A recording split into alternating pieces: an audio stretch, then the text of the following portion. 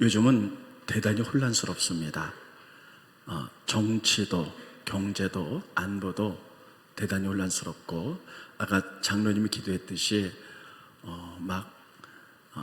북한, 일본, 중국, 그리고 미국 여러 나라에 휘둘리는 것 같고, 그래서 많은 사람들이 좀 안정됐으면 좋겠다, 하나님의 나라가 이 땅에 개혁됐으면 좋겠다, 이런 생각을 많이 갖습니다. 그래서 오늘 전 여러분들에게 다윗에 대해서 좀 말씀을 전하도록 하겠습니다. 왜 다윗이냐면 이스라엘의 초대 왕이 사울입니다. 근데 그 사울이 하나님 나라를 세우는 것보다는 자기 욕망과 교만 속에 있었어요. 그래서 나라가 엉망이 됐습니다. 그래서 하나님은 다윗을 세우시고 이제 사울을 내쫓으신 다음에 다윗을 통하여 하나님 나라의 개혁을 이루어 나갔어요. 그래서 오늘 다윗에 대해서 좀 말씀을 전하도록 하겠습니다. 다윗에 대해서는 여러분이 잘 아시지만 오늘 본 말씀 시편 78편에 보면 세 절을 통해서 다윗이 언제 왕이 됐고 어떠한 모습으로 왕을 했는가라는 것들이 기록되어 있습니다. 이 부분을 중심으로 말씀을 전하는데, 먼저 본 말씀 스크린을 보겠습니다. 시편 78편 70절에 보면 또 그의 종 다윗을 택하시되 양의 우리에서 취하시며, 성경에 보면 다윗이 왕이 된 것은 어린 소년 16세에서 18세의 소년 목동이었을 때 하나님이 그 다윗을 보고 양으로 점자하셨다, 이렇게 돼 있어요. 취하시며 넘겨주시고요. 전양을 지키는 중에서 그들을 이끌어내사 그의 백성인 야곱, 그의 소유인 이스라엘을 기르게 하셨다. 그 다음에 넘겨주시면, 그리고 왕이 점지된 다음에 그가 했던 것은 이에 그가 그들을 자기 마음의 완전함 그리고 손의 능숙함으로 지도하였도다. 그러니까 다윗은 왕으로 점지를 받은 다음에 마음의 완전함, 손의 능숙함으로 준비했고 왕이 돼서 그렇게 치리에 나가서 하나님 나라를 만들었다. 성경이 그렇게 기록되어 있습니다.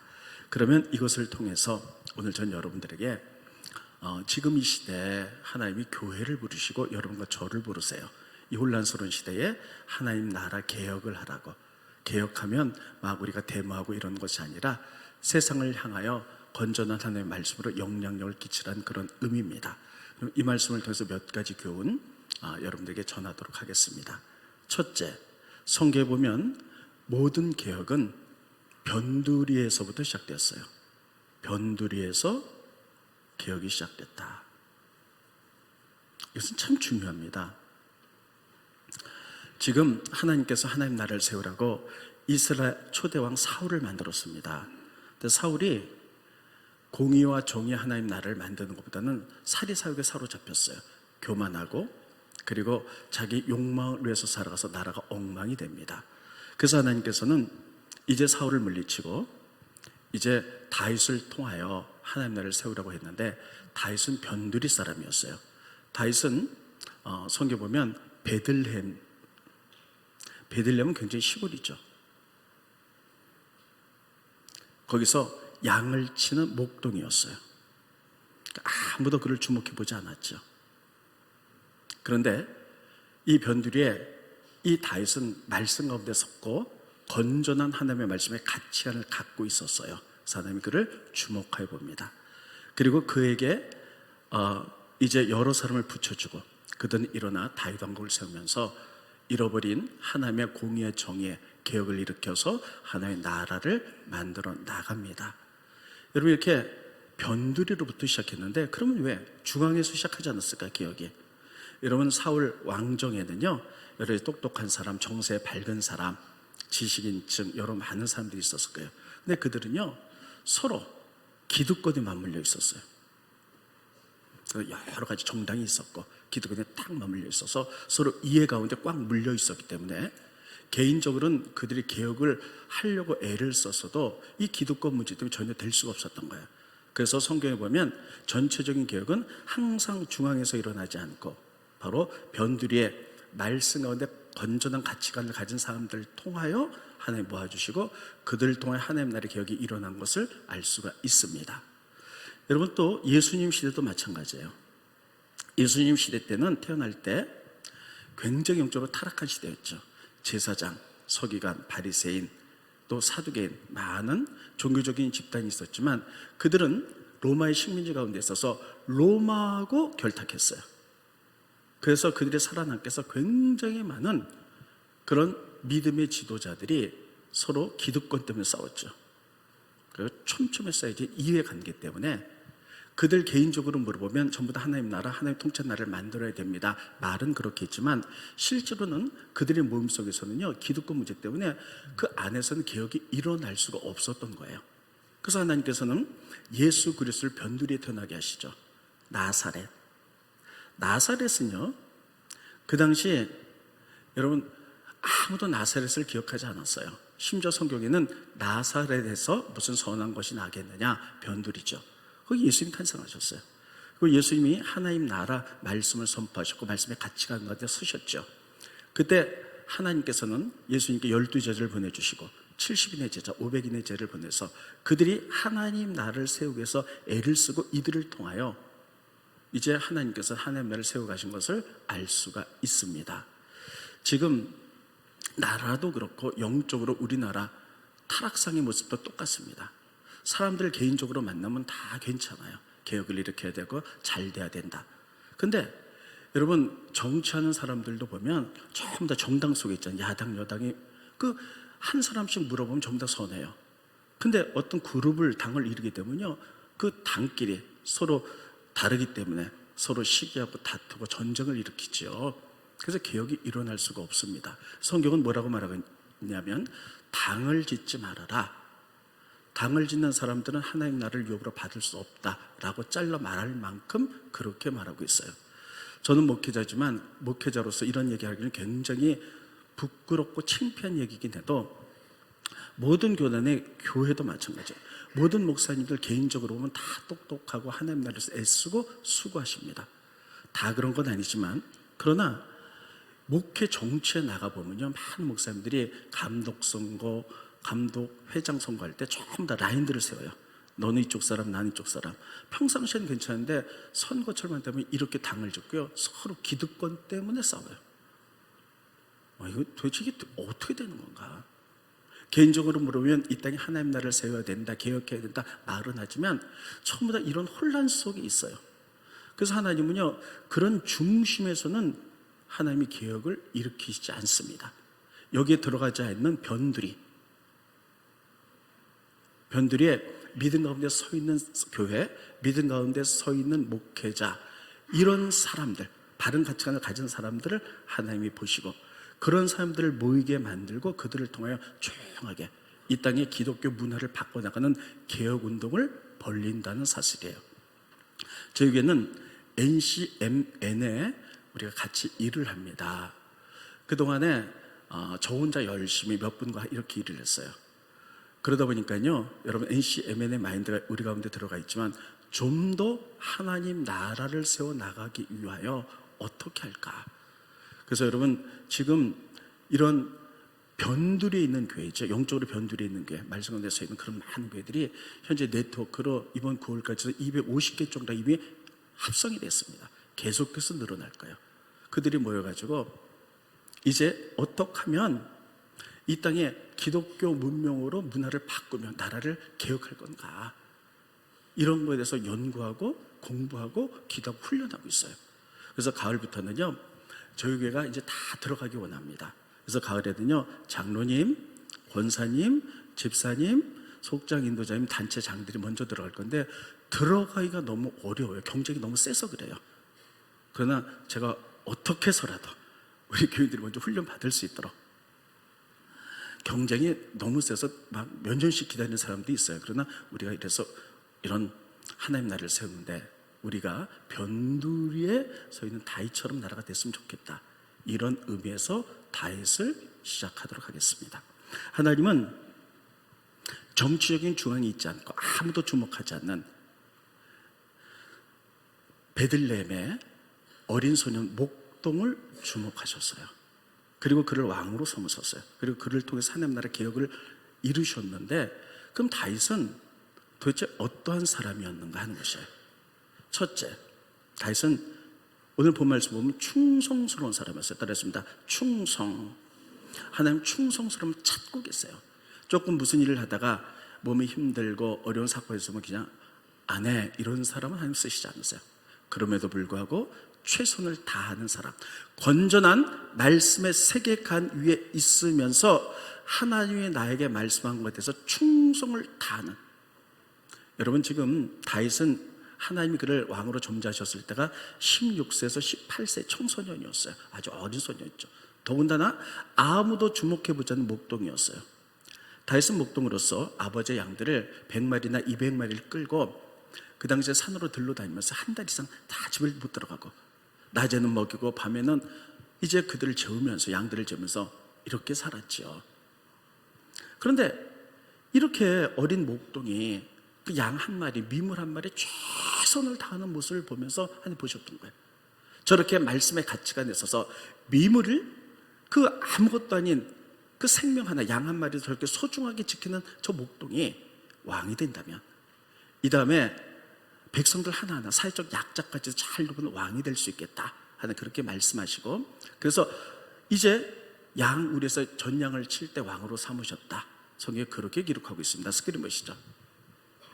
시편 78편 70절에 보면, 또 그의 종 다윗을 택하시되 양의 우리에서 취하시며. 그러면 이 다윗이 자기에게 맡겨진 양으로, 목동으로서 양들을 얼만큼 최선을 다했는가, 성경은 이렇게 기록되어 있어요. 먼저 스크린 보시고 설명하겠습니다. 사무엘상 17장 34절에 보면, 다윗이 사울에게 말하되 주의 종이 아버지의 양을 지킬 때에 사자나 곰이 와서 양떼에서 새끼를 물어가면 내가 따라가서 그것을 치고 그 입에서 새끼를 건져내었고, 그것이 일어나 나를 해하고자 하면 내가 그 수염을 잡고 그것을 쳐 죽였나이다. 지금 이렇게 말하고 있어요. 여러분, 이제 양들을 칠 때에 사자나 곰이, 배고픈 사자나 곰이 와서 양을 한 마리 잡아가는 거예요. 그들이 잡아가봤자 한 마리밖에 안 잡아갑니다.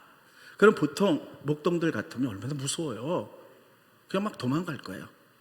그런데 끝까지 쫓아갔다는 거예요. 아버지가 나에게 맡겨진 양 한 마리도 잃어버릴 수 없다는 거예요. 그래서 곰을 쫓아가서요, 곰을 치고 곰의 입을 벌려서 목에 걸린 양을 끄집어내서 살리고 그것을 죽이고 양 한 마리를 이렇게 귀중하게 여겼다는 거예요. 저는 이것을 보면서, 여기 보면 곰이라고 써 있어요. 사자. 동물 중에 가장 무서운 동물이 곰이라는 거예요. 우린 곰하면 미련 곰탱이 막 이렇게 얘기하지만 사실 그게 아니라는 거예요. 제가 목회 30년 돼서 몇 주 전에 여러분들이 저를 미국 여행을 시켜줘서 미국에 갔다가 요세미티 국립공원을 잠깐 갔었습니다. 갔는데요, 요세미티 국립공원에 들어갔는데 차가 쭉 가다 딱 서는 거예요, 입구에서. 그래서 왜 그런가 봤더니 곰이 나타났어요. 곰이 나타나갖고요, 막 이제 사람들이 곰이 나타나니까 경찰들이 그 곰을 이렇게 쫓으려고요, 막 소리 지르고 막 뭐를 집어던지고 그러니까요, 곰이 막 도망가다가 나무 위로 막 올라가더라고요. 그러다 또 막 내려갔다가 또 확 산소 들어가더라고요. 그래서 가이드가 얘기하기를 자기가 가이드 17년 했는데 곰을 처음 봤다는 거예요. 그래서 이렇게 얘기하더라고요. 제일 무서운 동물이 곰입니다. 사람이 곰하고 딱 1대1로 만나면 살아남을 가능성 제로입니다. 이렇게 얘기했어요. 왜냐하면 우리는 이렇게 이제 미련 곰퉁아리, 그래갖고 곰이 오면 막 이렇게 나무 올라가면 된다. 그런데요, 사람보다 나무를 더 잘 타요. 또 죽은 쪽 하면 곰이 미련해가지고 그냥 간다. 근데 아니에요. 곰이 이렇게 탁 발톱을 드러냈잖아요. 그럼 발톱은 이만해. 이건 칼이에요, 칼. 이런 게 10개가 있는 거예요. 그래갖고 한번 탁 치면요, 순식간에 내장이 확 드러나요. 그래서 곰이 가장 무섭다는 거예요. 그런데 이런 곰이 나타났어요. 이런 곰이 나타나가지고 양 한 마리 물어가면 보통 사람 같으면 도망가기 바쁩니다. 근데 다윗은 그럼에도 불구하고 아버지가 나에게 맡겨준 양이라는 거예요. 그래서 충성을 다하는 거예요. 끝까지 쫓아가는 거예요. 그럼에도 불구하고 쫓아가서 곰을 치고 입을 벌려서 양을 끄집어냈다. 따라해 보겠습니다. 그럼에도 불구하고 하는 충성. 하나님 보셨던 거예요.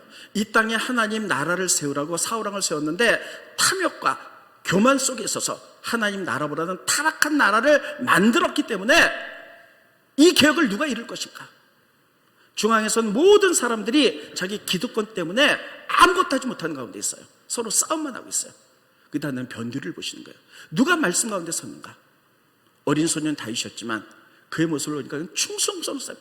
그럼에도 불구하고 충성한 모습을 보면서 미물도 저렇게 생명을 소중하게 여기는데 백성을 맡기면 사회적인 약자, 가난한 자, 많은 사람이 외면한 자까지 귀중하게 여길 것이다. 그래서 모든 사람이 공평한 하나님의 나라를 만들 것이다라는 하나 이런 생각이 들으셔서 다윗을 선택하셨던 거예요. 두 번째, 다윗은 굉장히 지혜로운 사람이에요. 여러분, 지식과 지혜를 많은 사람이 혼동해요. 지식은 뭐냐면요, 무엇을 배워서 습득해서 아는 게 지식입니다. 이것은 습득을 통해서 되는 거예요. 배우는 거예요. 근데 지혜는 뭐냐면요, 이 지식을 가지고 하나님께 영광이고 사람들에게 유익인 삶으로 살아내는 삶을 지혜라 그럽니다. 따라 해보겠습니다. 하나님께 영광, 사람들에게 유익. 그러니까 이런 것들을 하나님이 나에게 주신 지식을 습득해서 이것을 어떻게 살아낼 것인가, 삶으로 살아냈을 때 하나님이 영광을 받으시고 이 삶을 통해 사람들에게 유익이 되는 것, 이렇게 살아가는 삶 자체를 지혜라 그러는 거예요. 그런데 그렇지 못한 사람도 많습니다. 지식을 습득해갖고요, 사람들을 해치는데 사용하는 사람도 있어요. 지식을 습득해가지고 다른 사람 유익 주는 것이 아니라 나만 잘 살고 잘 먹고 다른 사람은 굶어 죽든 말든 고통을 당하든 말든 상관없이 나만 잘 살려고 하는 것, 이런 걸 지혜라고 말하고 있지 않습니다. 성경은 지식도 중요하지만 그 지식을 가지고 하나님 주신 것을 가지고 배워서 어떻게 삶으로 살아내는가, 하나님께 영광이고 사람을 유익하게 하는가, 이걸 지혜라 그러는 거예요. 그런데 이런 지혜를 바로 다윗이 가졌다는 거예요. 그래서 하나님이 그를 변두리는 다윗을 주목해 보는 거예요. 여러분, 성경에서 가장 지혜로운 왕이 누굽니까? 솔로몬이에요. 솔로몬은 지혜로워서 하나님 그를 엄청나게 축복했죠. 물론 그가 하나님께 간관도 있겠지만 저는 그의 아버지 다윗에 보면 성경에 다윗의 초년 시절에 지혜로웠다 말이 계속 나옵니다. 다윗의 DNA를 받아서 그의 솔로몬이 지혜롭지 않았을까라고 저는 그렇게도 생각합니다. 이 다윗은 지혜로웠다는 거예요. 지혜로웠다는 게 뭐냐면요, 지식이 많았다는 게 아니에요. 그 가진 지식을 가지고 하나님께 영광이 되는지 사람에게 유익이 되는지 그것을 보면서 삶으로 그렇게 살아냈다는 것이에요. 그런데 다윗은 그렇게 살았거든요. 지금 먼저 성경을 보고 설명하겠습니다. 성경 보겠습니다. 사무엘상 18장 5절에 보면 다윗은 사울이 보내는 곳마다 가서 지혜롭게 행했어요. 지혜롭게. 사울이 그를 군대 장으로 삼았더니 온 백성이 합당히 여겼고 사울의 신하들도 합당히 여겼더라. 이 부분 굉장히 중요합니다. 사울이 다윗을 군대 장관으로 삼았어요. 군대 장관으로 삼았더니 백성과 신하들도 합당하다, 이렇게 했다는 거예요. 그 이유는 다윗이 지혜롭게 행했기 때문이다. 자, 이 부분 보세요. 블레셋에서 골리앗이 쳐들어왔어요. 이스라엘 장군들이 무서워서 다 도망갑니다. 그때 어린 다윗이 골리앗을 죽여요. 그래서 이스라엘 승리로 이끌어줍니다. 그때 다윗의 나이가 16세에서 18세 소년이었어요.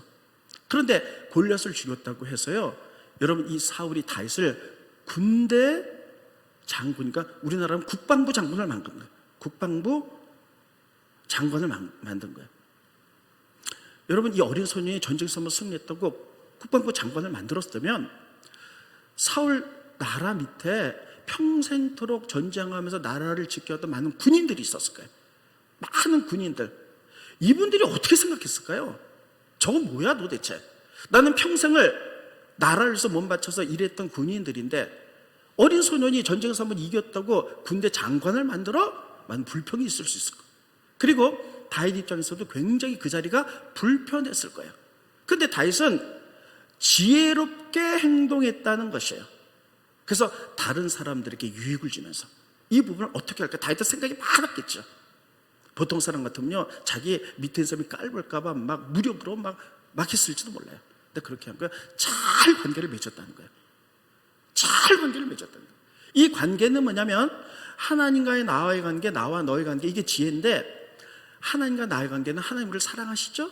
우리 하나님을 섬겨요. 사랑과 섬김의 관계를 가지고 하나님을 통하여 그것을 가지고 삶으로 살아내서 주변 사람들에게 사랑과 섬김으로 나가는 것, 이것이 지혜입니다.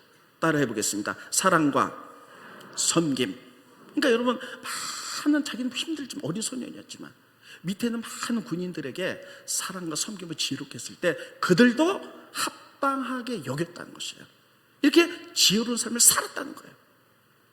두 번째 보면 지금 군대 장관이에요. 근데 사울이 다윗을 미워하는 거예요. 자기가 죽이고 왕 될까 봐.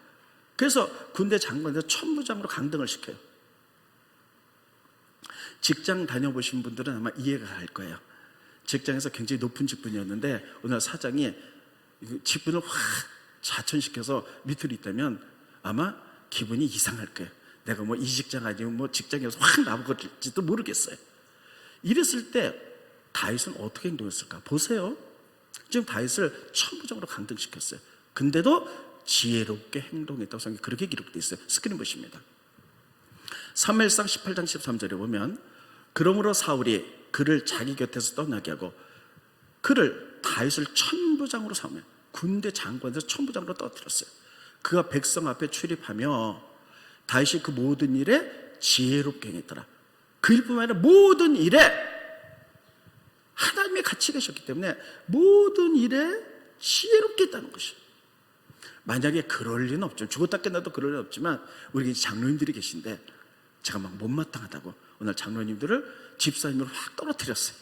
여러분, 있을 수 없는 일이지만 그렇게 됐다면 그 장로님들이 기분이 어떨까요? 지금 다윗이 이렇게 됐거든요. 군대 장관에서 천부장이 됐는데 이것을 가지고 지혜롭게 했다는 거예요. 스스로도 상처가 됐을 거예요. 지혜를 통하여 잘 해결하고 주변의 많은 사람과의 관계에서 모든 것들을 지혜롭게 잘 넘겨갔다는 거예요. 이게 지혜예요. 그러니까 하나님이 그런 다윗을 보고 계신 거예요. 그래, 너는 변두리에 있어. 그러나 말씀에 가치가 내 분명히 서 있고 너를 보니까 충성스럽고 사랑과의 관계, 하나님과의 관계를 통하여 사랑과의 관계를 네가 정말 사랑과 섬김으로 잘 행하는 것을 보면서 너다, 이렇게 말하는 거예요. 이것을 보고 또 성경이 이렇게 기록하고 있습니다. 스크린 보시죠. 사무엘상 18장 15절에 보면 사울은 다윗이 크게 지혜롭게 행함을 보고 그를 두려워했습니다. 무려 다윗이 소년 시절에 이가 지혜롭다 지혜롭다 지혜롭다 이가 3번이 나옵니다. 그는 굉장히 지혜로운 사람이었어요. 그러니까 여러분, 그러니까 다윗 사람이 들어쓰시는 거예요. 변두리에 있지만, 변두리에 있다고 다 쓰는 거 아닙니다. 영적인 변두리에 있지만 그 중앙에 있지 않지만 믿음 가운데 바로 선 사람 하나님 주목해 보시면서 저가 과연 하나님 나라를 세울 사람인가를 눈여겨보시는 거예요. 저가 정말 충성할 수 있는가? 죽기까지 충성할 수 있는가? 저가 정말 하나님의 사랑과 섬김의 관계를 통해서 사람들의 관계를 그렇게 맺어 나갈 수 있는가? 여러분, 그런 다윗이 있으니까요, 하나님 그런 사람을 붙여주는 거예요. 아둘람굴의 사람들을 붙여주고 그들을 섬기고 나감으로 말미암아 하나님 나라를 세워가는 거예요. 저는 이 다윗이 정말 대단하다고 생각해요. 그러니까 하나님 들어쓰시는 거예요. 성경에 보면 사무엘서 이런 얘기가 나옵니다. 아말렉이 쳐들어왔어요. 그래서 다윗과 그의 부하들의 모든 재산과 가족들을 끌고 가버렸어요. 그래서 다윗과 그 부하들이 아말렉을 전쟁하러 나갑니다. 근데 부하 가운데 200명 정도가 너무 힘들어가지고 중간에서 포기하고 쉬어 있어요. 그리고 나머지가 나가 전쟁에서 아말렉을 무찌르고 가족과 재산과 전리품을 갖고 돌아옵니다. 그래서 이걸 나눠주는데 전쟁에 나갔던 부하들이 이렇게 얘기하는 거예요. 주지 맙시다, 저 사람들. 힘들다가 안 왔잖아요. 그러니까 전리품 주지 말고 가족만 돌려요. 우리 전리품 우리끼리만 가집시다, 이렇게 얘기하는 거예요. 그게 다시 안 된다는 거예요. 아주 지혜롭게 행동했죠. 무슨 소리냐? 이들이 나가고 싶었지만 이들은 너무나 힘들어서 안 나갔으니까 똑같이 나눠줘야 된다. 지혜롭게 행동하는 거죠. 스크린 보십니다. 사무엘상 30장 22절부터 보면 다윗과 함께 갔던 자들 가운데 악한 자와 불량배들이 다 이르되 우리와 함께 가지 아니하였은지, 그들이 200명이 우리와 같이 하는 우리가 도둑 찾은 물건을 무엇이든지 그들에게 주지 말고 각자의 가족들만 데리고 떠나가게 하는지라. 다윗이 이르되 나의 형제들아 여호와께서 우리를 보호하시고 우리를 치러온 그 군대를 우리 손에 넘기셨은즉 그가 우리에게 주신 것을 너에게 이같이 못하리라. 이 일에 누가 너에게 듣겠느냐?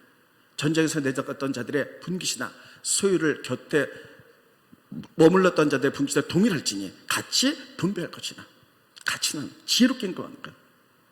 만약에 다시 그래 맞다, 이들이 전쟁에 안 나간데 이들까지 뭐 분깃 줄 필요가 있겠느냐? 그래서 아마 자기네끼리 나눠갔다면 이 200명의 사람은 어떻게 했을까요? 소외감을 느끼고 반감을 가지고 다윗으로부터 등을 돌릴 수도 있었을 거예요. 근데 다윗은 그렇게 하지 않았다는 거예요. 모든 사람이 공평하게 했던 이게 하나님의 나라거든요. 뿐만 아니라 그 다음에 더 아주 눈여겨봐야 할 장면이 나와요. 다윗이 전리품들을 다 나눠줘. 전리품이 남았거든요. 그랬더니 그것을 자기 나라의 장로들에게 다 똑같이 나눠줘요. 근데 그 장로들 뭐라고 부르냐면요, 나의 친구다 이렇게 불러요. 이 부분에 우린 유의하여 봐야 됩니다. 스크린 보시죠. 사무엘상 30장 26절에 보면 다윗이 시글락에 이르러 전리품을 그의 친구 유다 장로들에게 보내어 이르되, 보면 전리품을 장로들에게 안 보내도 돼요. 지금 다윗은 왕이거든요. 장로들은 그 밑에 있는 사람들이에요. 안 보내도 되는데 다윗은요 지혜롭게 행동하는 거예요. 다. 그러면서 뭐라 그러냐면 장로들을 친구라고 부르고 있는 거예요. 따라했습니다. 친구. 저는 이 부분을 굉장히 유의하면서 보면서요, 그래 바로 이것이구나. 여러분 옛날엔 계급사회였어요. 왕이 있었고 밑에 장로 부하들이 있었는데, 여러분 직급적으로는 왕과 장로지만 그러나 똑같은 하나님의 형상, 고귀한 형상이에요. 그래서 다윗은요 직급은 다르지만 그래도 장로들을 친구로 봤다는 거예요. 모든 사람은 동일하다는 거예요. 모든 사람 다 평등하다는 거예요. 이게 하나님의 나라거든요. 그래서 그들에게도 똑같은 분깃으로 주는 거예요. 그러니까 다윗 주변에 이런 사람들이 모여들기 시작하는 거예요. 그래서 그런 사람들을 통하여 하나님 나라의 개혁을 이루는 것이 다윗이었어요. 저는 이거 보면서 많이 생각해 봅니다. 교회에 평신도님들이 계시고 목회자가 있어요. 또 목회자 가운데 저는 목회자고 또 우리 장로님들이 있어요. 직급은 달라요. 목사하고 장로님들이요. 그러나 하나님 보시기엔 똑같은 모든 평등한 인격들이에요. 그래서 이걸 보면서 다윗이 왕인데 장로들을 친구로 봤다면 나도 그렇게 봐야 되는구나. 교회는 한 사람 막 계급으로만 이해를 해요. 누구는 높고 누구는 낮고. 그게 아니에요. 직급은 다르고 하는 일은 다르지만 모두 하나님의 여러분 존귀한 형상이고 평등한 인격이라는 사실을 기억하시기 바랍니다. 이렇게 했을 때 하나님께서 그를 보신 거예요. 그래, 지혜롭구나.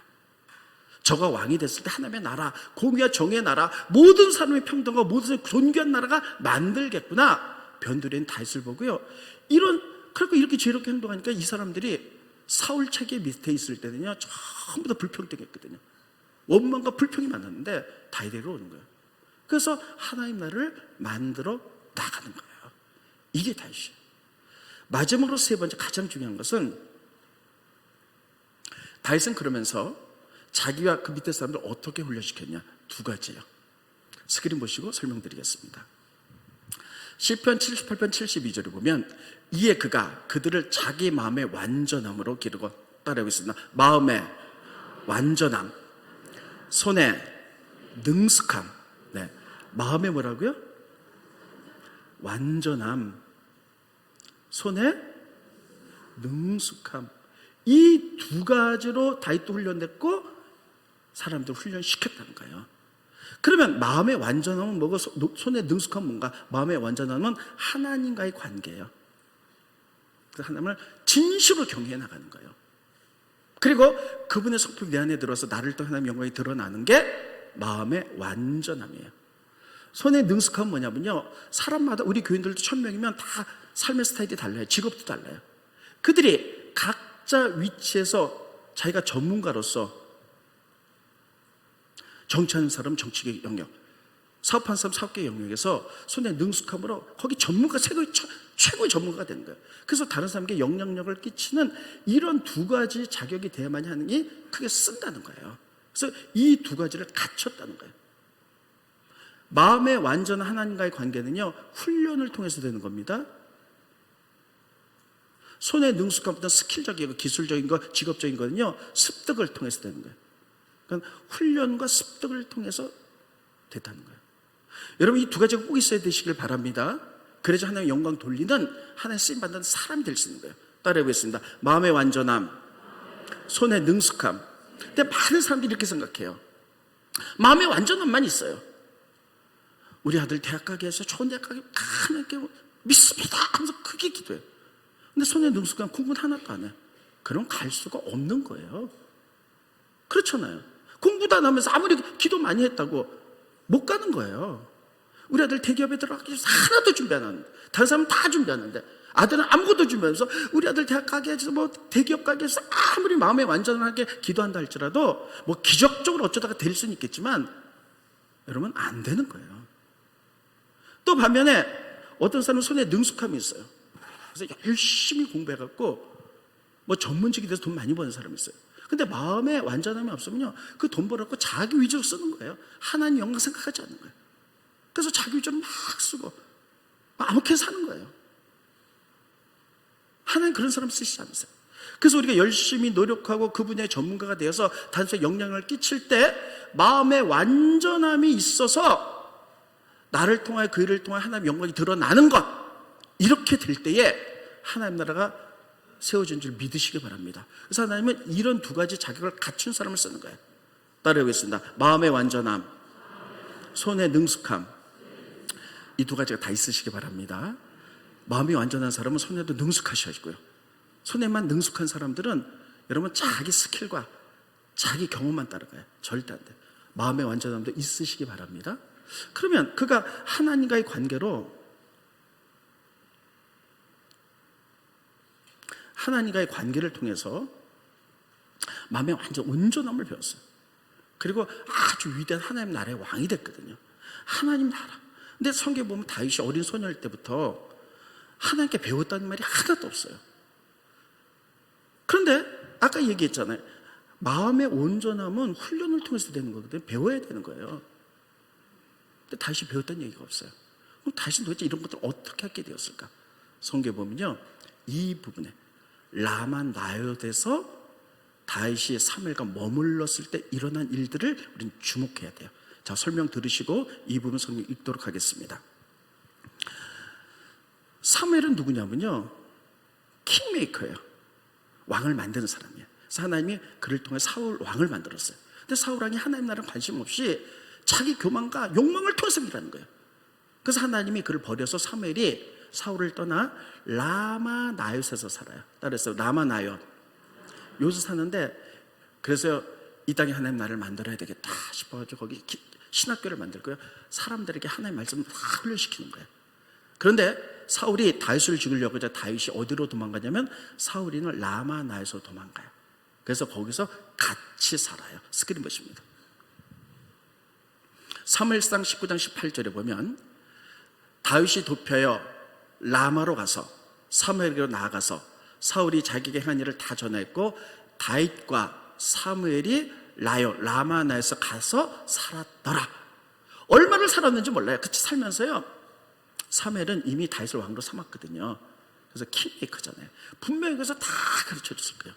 너는 왕으로서 왕이지든 이렇다, 하나님이 원하는 하나님 나라는 공의와 정의의 나라다, 이렇게 해야 된다는 것을 다 가르쳤을 거예요. 이게 너무너무 중요해요. 이 과정이 없었다면, 여러분 지금 하나님이 사울을 왕으로 삼았지만 사울에게는 그런 과정이 없었어요. 그런데 다윗에게는요, 쫓겨다니면서 라마에서 사무엘과 같이 살면서 이 킹메이커가 다 가르치는, 성경에는 그런 부분이 생략되어 있어요. 그러나 거기 같이 살면서 너희 다음에 왕이 될 건데 왕은 이렇게 하는 거야, 하나님 나라는 이렇게 정의와 공의로 만들어내는 거야, 다 훌륭한 왕의 수업을 여기서 다 받았다는 거예요. 그러면서 그가 드디어, 여러분 보세요, 사울 나라가 이렇게 엉망이 됐을 때 하나님 누가 이 나라에 하나님 나라를 만들 것인가, 중앙의 선수도 기득권 싸움 때문에 개혁이 일어날 수가 없어요. 변두리를 보니까 하나님 말씀 가운데서 어린 다윗이 딱 눈에 들어오는 거예요. 근데 그도 충성스러운 일꾼, 그리고 사랑과 섬김으로 하나님을 섬기듯이 사람들을 섬기는 사람들, 그리고 그가 왕의 수업을 다 이미 받았고, 그리고 하나님을 경외해서 마음에 완전함이 있었고, 또 그는 전쟁을 대단히 잘하는 사람, 그래서 골리앗을 죽일 만큼의 손에 능숙함도 있었어요. 그래서 하나님이 그를 통하여 그를 만드셨어요. 그를 다 만드시고, 그를 통하여 거기에 맞는 사람들 다 보내주시고, 그리고 하나님 나라, 사울이 죽자 하나님 나라의 개혁을 일으켜서 가장 완벽한 하나님의 나라를 만들어요. 하나님의 나라는 정의와 공의와 사랑을 움직이는 나라인데, 다윗이 왕이 돼서 그런 나라를 만들었다라고 성경에 그렇게 기록하고 있어요. 스크린 보십니다. 사무엘하 8장 15절에 보면, 다윗이 온 이스라엘을 다스려 다윗이 모든 백성에게 정의와 공의를 행했다. 따라했습니다. 정의와 공의를 행했다. 이게 하나님의 통치하는 하나님의 나라거든요. 정의. 모든 사람이 공평하고 모든 사람이 존귀한 거예요. 경제적인 정의는 모든 사람이 다 잘 사는 거예요.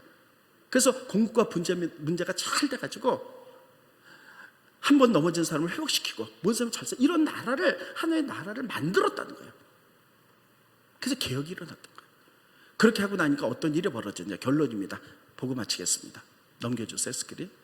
사무엘하 8장 14절 마지막 부분에 보면, 다윗이 어디로 가든지 여호와께서 이기게 하셨더라. 따라해 보겠습니다. 다윗이 어디로 가든지 여호와께서 이기게 하셨더라. 그래서 하나님 나라를 만들어 나가는 거예요. 그래서 다윗이, 그래서 변들이 있는 다윗을 통하여 조용한 개혁이 이루어지며 하나님 나라가 만들어졌는데, 지금 하나님은 그런 교회, 그런 목회자, 그런 성도를 찾고 계세요. 제가 감사한 것은 저희 교회가 영적인 중앙에 있지 않다는 거예요. 많은 교회 중앙에서 일하는 분들은 보세요. 보이지 않는 싸움, 맨날 싸움, 기득권 싸움이에요. 참 내가 목회자로서 어떻게 말로 할 수 없을 만큼의 정말 이런 세상이 됐습니다. 근데 개인적으로 만나면 전부 다 하나님 나라를 위해서 일한다 그래요. 그런데 서로 막 자기 무리에 일으키기 때문에 맨날 싸워요. 자기만 옳다고. 이래서 중앙에서 안 되는 거예요. 거기에 변두리에 있는 영적으로 건강에 서 있는 교회를 하나님이 찾고 계시고 주목하고 계세요. 그 교회가 우리 교회가 되길 바랍니다. 또 그런 교회를 모으시고 계세요. 지금 거의 한 250개의 교회가 모아졌어요. 이들이 계속 우리 훈련받는 거예요. 훈련을 통해서 되는 거거든요. 킹스, 왕의 수업을 받듯이 우리가 하나님 나라를 어떻게 만들어지는가, 우리가 어떻게 세상을 섬겨나가야 되는가, 공의와 정의는 무엇인가 하는 것들 우리가 계속해서 배우며, 우리가 그러면서 우리가 각자 삶의 위치에서 우리들이 다 전문가가 돼서 다른 사람에게 영향력을 끼치며 나를 통해 그리스도의 영광이 드러날 때 그들이 목말라서 우리에게 올 것이며, 그래서 개혁이 일어날 거예요. 그래서 하나님 나라가 기독교 문명 개혁 운동이 벌어지게 될 줄로 믿습니다. 저는 10년에서 15년이나 20년 사이에 이 땅의 문화가 완전히 변할 줄로 믿습니다. 그때 우리 교회가 중심이 되시기를 예수님의 이름으로 축원드리겠습니다. 기도하겠습니다. 고마우신 주님, 은혜를 감사함을 드립니다. 사울 왕국이 이제 교만과 욕망으로 비틀어졌을 때 하나님은 변두리에 있는 다윗을 주목하시고 그의 충성과 관계를 보시며 지혜를 보시고, 그리고 그가 사무엘 밑에서 왕의 수업을 배우며 하나님 나라에 대해서 깨닫고 배우며 또 손에 공부함이 있어서 이제 그런 사람을 모아주고, 그리하여서 그들이 일어나 다윗의 나라를 만들고 공의와 정의 하나님을 만든 개혁을 이룬 것을 볼 수가 있습니다. 그래서 모든 사람들이 다윗의 나라를 그리워하며 다윗 같은 메시아를 기다렸던 것처럼 하나님, 지금 나라 전체가 또 영적인 모든 분야에 있어서도 너무나 혼란스럽고 너무나 힘들고 어려운 시대에 있습니다. 하나님, 그러나 이 땅에 하나님 나라를 도래시키고 모든 사람이 안정권에서 하나님 편안하게 잘 먹고 사는 나라를 만들기 원하신 줄 믿사오니 하나님, 그런 교회, 목회자 성도들을 찾고 계신 줄로 믿습니다. 우리가 변두리 있는 교회 되게 하시고 말씀의 가치관에 분명히 선 교회 되게 하시고 훈련되게 하게 하시고 하나님과의 관계와 사람과의 관계와 이런 지혜를 사용할 수 있도록 도와주시고 충성하는 사람들이 되어서 이런 교회들이 연합하여 이 땅에 영향력을 끼치고 하나님 나라를 세워갈 수 있도록 축복하여 주시옵소서. 예수님의 이름으로 기도하옵나이다. 아멘.